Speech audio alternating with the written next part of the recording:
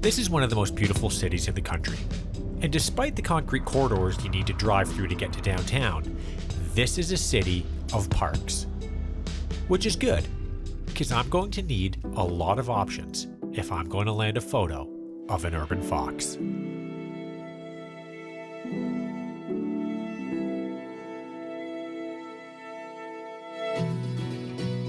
My name is Andrew Budziak, and I am an urban wildlife photographer.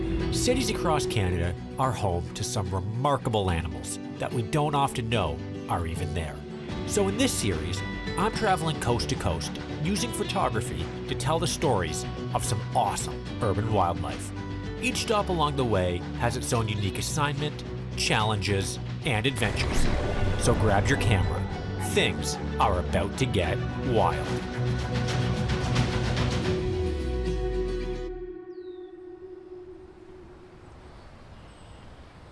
If I'm going to find a fox, I'm going to need to be strategic and focused. Sailboat.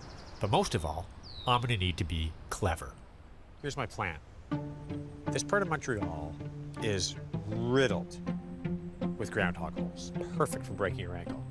Foxes will identify which of these holes they want to use for their dens. So what the fox will do is it'll go inside and pee in there around the door to mark its territory. The groundhogs hate that smell of fox here. It terrifies them.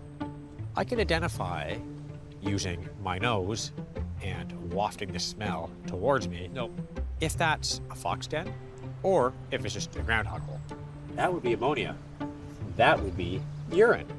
So I'm gonna get away from there because that is an active den.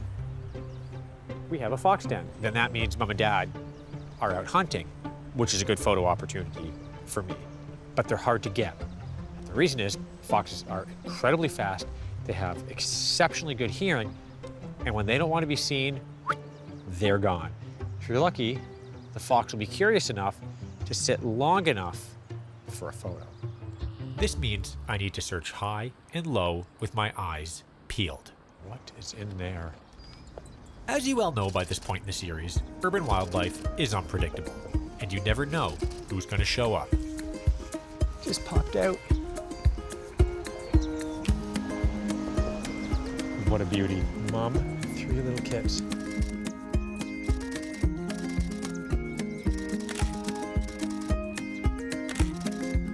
Getting up.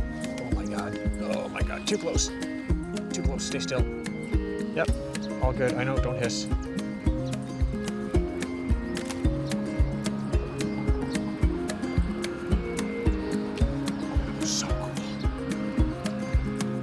Obviously, I want to see a fox. I don't know if I want to see a fox right now because it's way too dark.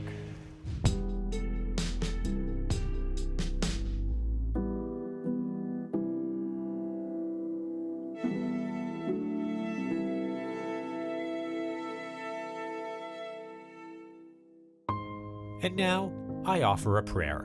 O gods of Anglo-Montreal, I pray to thee, please send a fox my way.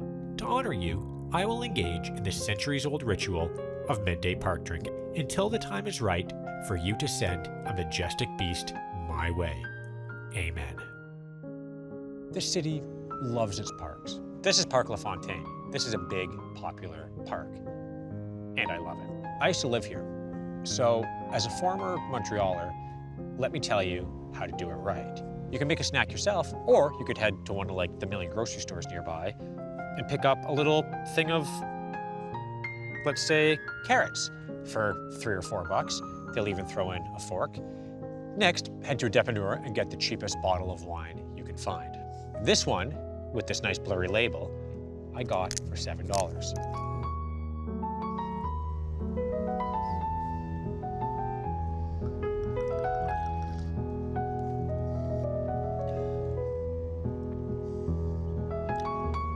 I think someone might have forgot to add grapes to this antifreeze.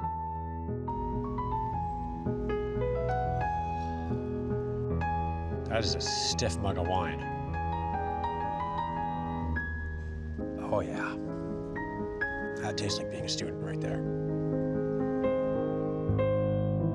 Convinced the gods were adequately pleased by this offering, it was time to get back to work. Sun's out, the birds are going crazy. Hopefully foxes like this weather too.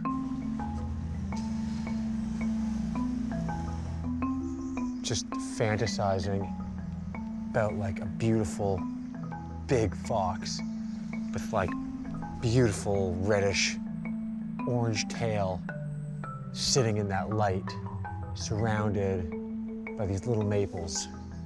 And there's no way it's gonna happen.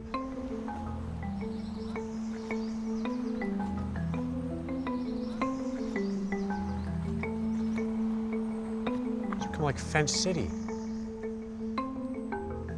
Foxes were actually introduced on Jean Drapeau.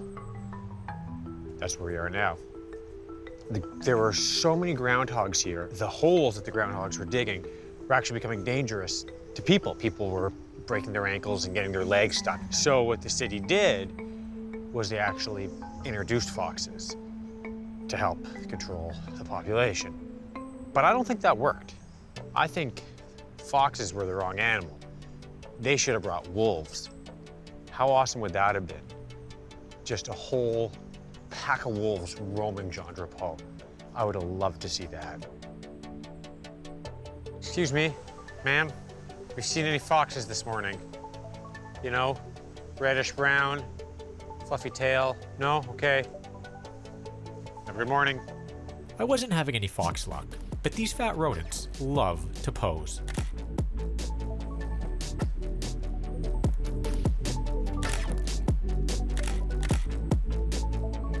I keep thinking I'm done with these groundhogs, but they're really fun to shoot.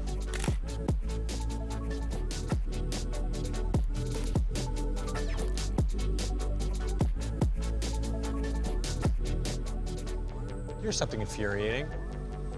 That little groundhog there just came out of the hole I was convinced was a fox's den. There were foxes in there, like recently. That sucks. I think that's enough groundhogs for one day.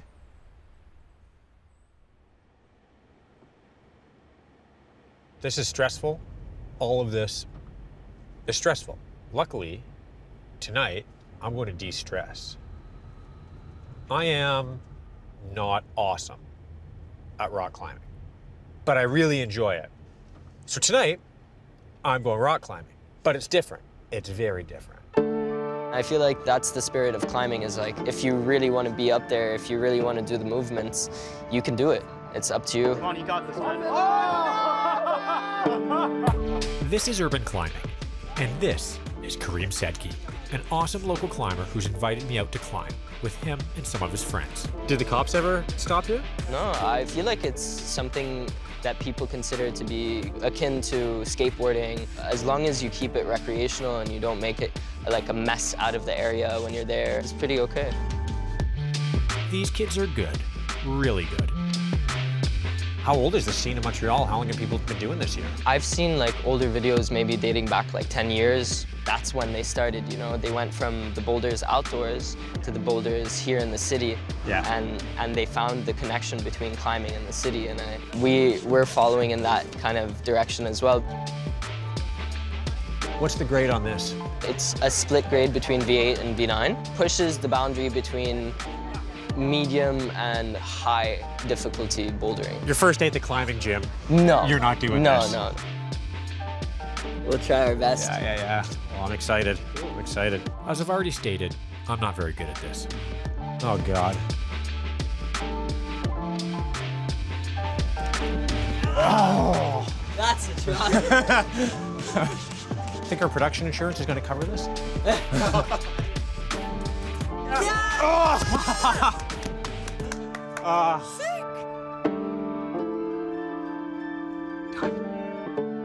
With that spectacle out of the way, the serious climbing began. And what a beautiful scene.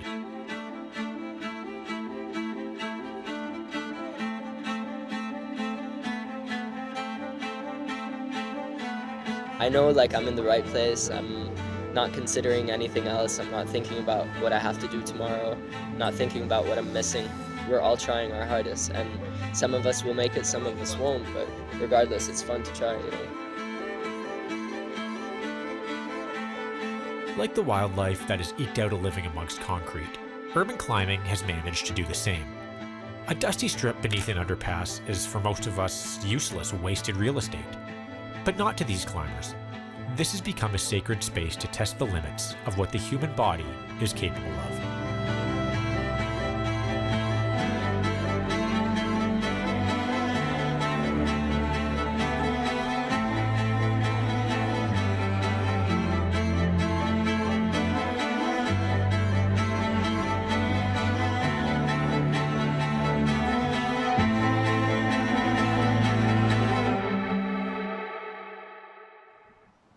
The next day I was feeling a little bruised, but refreshed.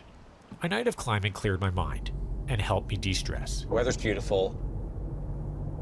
This is going to be all right tonight. Which was important, Right here, right? because this was my last day in Montreal. What is going on here? I had made the decision to give Jean Drapeau one last shot. It's the F1 race. This is all going to shut down. This is all shut down. This was bad.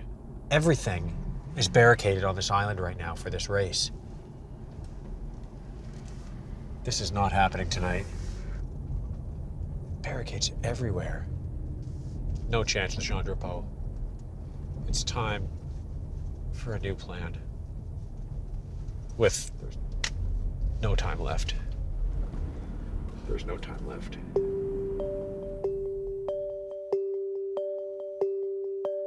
There are a number of big parks in this city, and I had enough time to pick one of them and start shooting. I decided on a park I knew had strong biodiversity. But which one? Well, dear viewer, I'm not going to tell you. Why?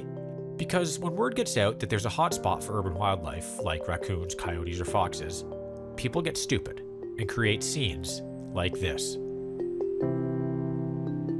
I had pulled over at a beautiful lookout to get some shots of the city and stumbled upon this. Any animal expert will tell you hand feeding is a death sentence for wildlife. When animals begin to associate humans with food, they become fearless and aggressive. And when animals get aggressive towards us, we kill them. Guys trying to like wrestle them and like grab them by their necks and like scruffs and like pet them like dogs. I don't really feel like telling a guy with 2 fucking teardrop tattoos to not do that. Guy's probably here every day. It's this goddamn raccoon feeding time. God, there are too many people on this planet.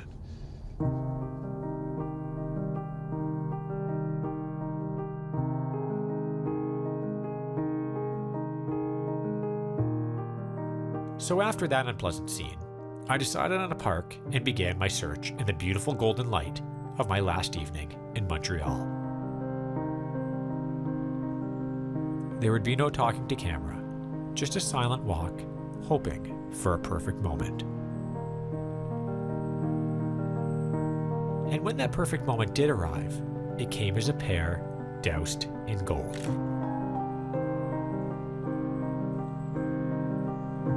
A mom and her young kid enjoying the last light of the day. While the kid explored, Mom's eye was ever watching.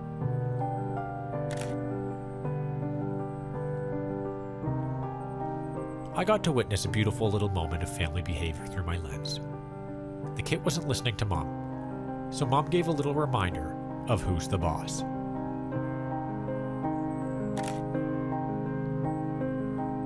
And the magic moments kept coming.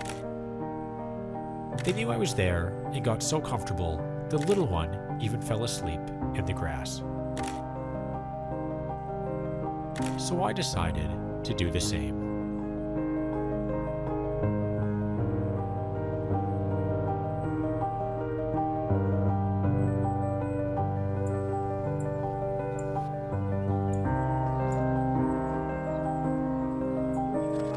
These foxes have given me so much.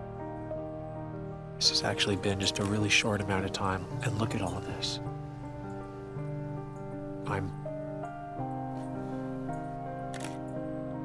This was an incredible interaction. How do you say thank you in Fox? That's what I want to know.